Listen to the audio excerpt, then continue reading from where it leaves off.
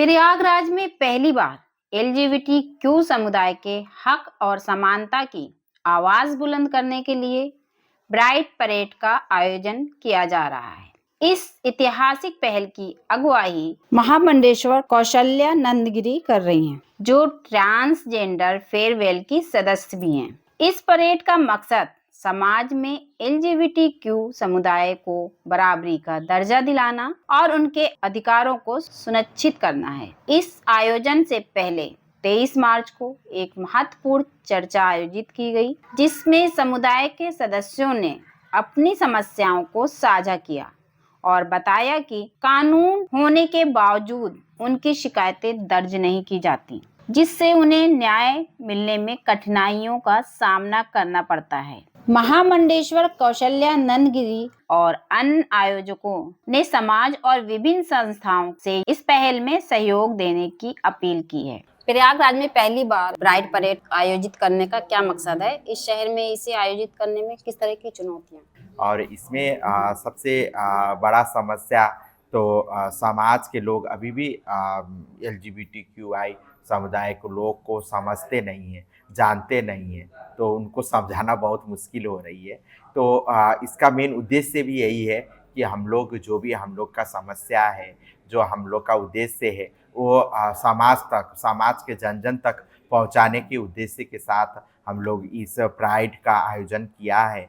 तो हम चाहती हूँ कि आप लोग सब कोई आए इस प्राइड में, 31 तारीख के प्राइड में, और इस प्राइड को सफल बनाएं, क्योंकि ये हम लोग बहुत सालों से ये ट्रांसजेंडर प्राइड निकालते थे, और इस बार हम लोग एलजीबीटीक्यूआई, क्योंकि ये भी हमारे समुदाय का एक अभिन्न अंग है, तो इसीलिए हम लोग सब कोई मिल के इस बार पहली बार हम लोग एलजीबीटीक्यूआई समुदाय के साथ और ट्रांस समुदाय के साथ हम लोग मिल के ये प्राइड निकाल रहे हैं।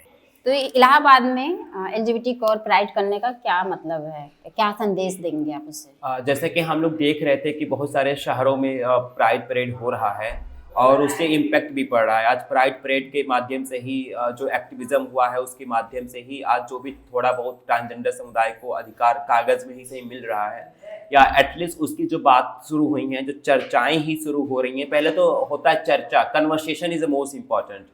तो अभी उत्तर प्रदेश में 2 जगह प्राइड परेड हुआ है। एक तो राजधानी में कई सालों से हो रहा है, कानपुर में दूसरी बार हुआ है, और उसके बाद से एक बनारस में भी छोटी सी कोशिश की गई थी। और इस प्रयागराज में 4 सालों से ट्रांसजेंडर प्राइड टीना माता के नेतृत्व में होते रहा है, लेकिन एक कलेक्टिव भावना जो होती है कि उसमें LGBTQ+A फिर प्लस जो भी लोग हैं, और हम लोग बाकी NGOs को भी आज 23 मार्च को NGO मीट रखा था। तो सारे मुद्दों को लेकर के हम अपनी मांगों को एक मजबूती देने के लिए और समुदाय के लोग कम से कम एक दिन एकदम बिना भेदभाव रहित जो है अपनी भावना जी सकें, उसके लिए प्राइड परेड हम लोग आयोजित कर रहे हैं। कितनी संख्या में लोग आ रहे हैं?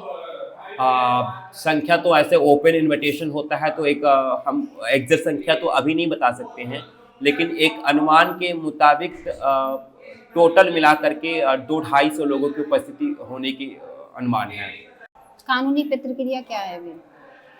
कानून के मामले में तो कहने के लिए ट्रांसजेंडर एक्ट बनाया गया है। हालांकि ट्रांसजेंडर एक्ट जब हम लोग पढ़ते हैं तो उसमें बहुत सारा भेदभाव होता है।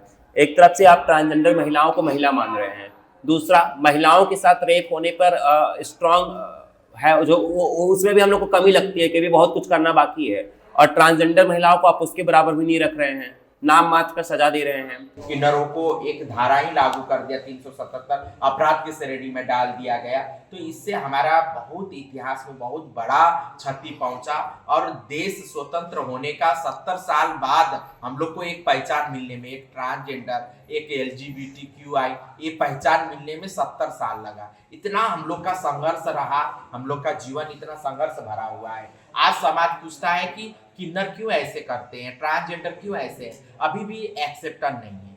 ठीक है ना, अभी बहुत सारे हम लोग ने बातें हुई, बहुत सारे चीज हम लोग को सुनने को मिला। अभी भी समाज में बहुत सारे भ्रांतियां हैं, जैसे किन्नरों को लेके तो किन्नर बच्चा चुरा के ले जाते हैं, किन्नर मरते हैं तो चप्पल से मार के ले जाते हैं।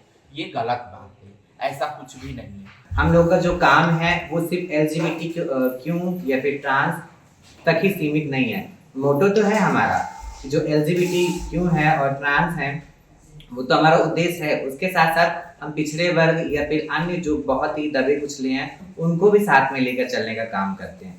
मोस्टली मतलब मेनली जो हमारा वर्क है, हमारा वर्क इस पे है कि हम कैसे अवेयरनेस फैलाएं। जब एक बच्चा जन्म लेता है और वो अपनी एक छोटी मानसिकता कह सकते हैं जो परिवार के द्वारा दी जाती है, ठीक है, तो उस समय जब उसको लगता है कि मेरे अंदर कुछ है और वो ऐसा है कि सबसे अलग है, तो वो उस समय महसूस करता है कि वो उसके अंदर जो है वो एक डिसऑर्डर है, एक डिसीज है, एक बीमारी है।